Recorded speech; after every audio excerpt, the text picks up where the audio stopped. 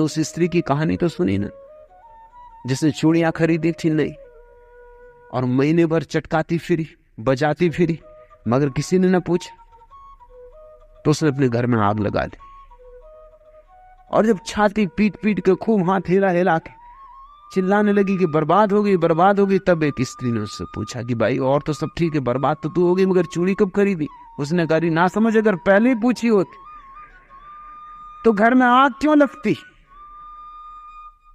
दिखावा किसी भी हद तक ठीक नहीं होता। रुके रहिए, अभी चाहिएगा नहीं। आपने देख लिया कि दिखावा करने पे क्या होता है। बस वही कहना है ना कि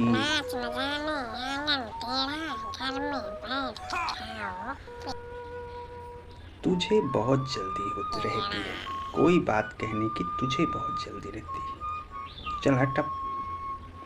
चलिए अब हम चलते हैं अपने नेक्स्ट कहानी की ओर और देखते हैं उसमें मुल्ला नसीरुद्दीन क्या करते हैं। मुल्ला नसीरुद्दीन चला जा रहा था, रास्ते से नुमाइश भरी थी, भीड़ भाड़ थी। पहने चूड़ीदार पजामा और अचकन और गांधीवादी टोपी, और बिल्कुल पहुंचा हुआ भगत मालूम हो रहा।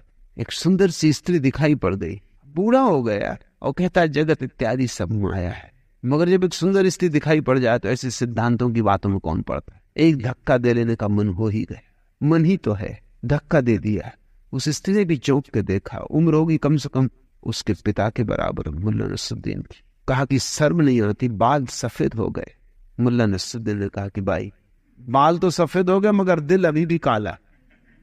और धक्का बालों ने थोड़ी मारा, धक्का तो दिल ने मारा। उम्र बढ़ने के साथ साथ दिल का आकार तो उतना ही होता है जनाब। कहा भी गया है ना,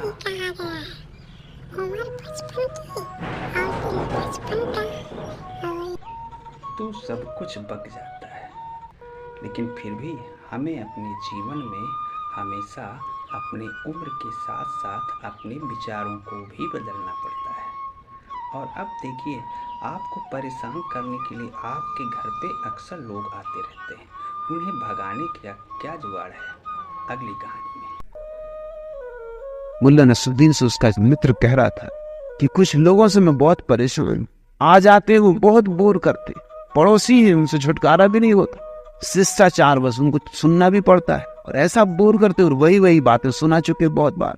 तुम्हें मैंने कभी किसी से परेशान नहीं होते देखा, राज क्या है? मुल्ला ने कहा इसका एक राज, मैं हमेशा अपनी टेबल के पास एक छड़ी और अपनी टोपी रखता हूँ।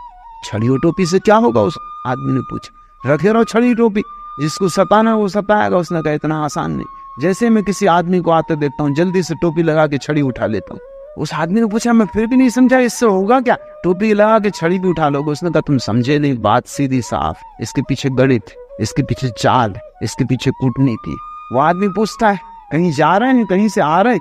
कोई छड़ी और टोपी लगाया बैठा है, खड़ा है, कहीं से आ रहे हैं, कहीं से जा रहे हैं? तो मुल्ला कहता है कि अगर देखता हूँ कि आदमी काम का है तो कहता हूँ बाहर से आ रहा हूँ, बैठी विराजी।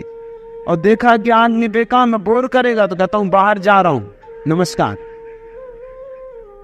मुल्ला देख लिया आपने, ओशो अपनी बातों को व्यंग्यात्मक रूप में कहते थे और एक अलग ही सीख दे जाते थे।